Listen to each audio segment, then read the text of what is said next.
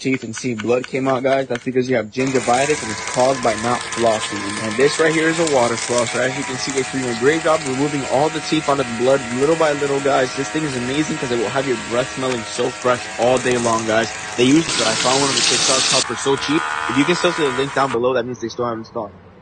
Келесі бүгінгі жаңа түсірілімдеріміздің ішінде күнделікті киюге арналған осындай брюкелар келіп жатыр. Высокий посадка түрінде жасалған, қазір хит болып жатыр осындай ауа триколары. Қалталары рабочий, белі резина вариантта өте денеге жайлы, мынандай кең балақта жасалған. Мынаны манжетик етіп осылайынан тартып киіп алсаңыздар да болады, қыздар. Күнделікті киіп кеткенге енді өте ыңғайлы.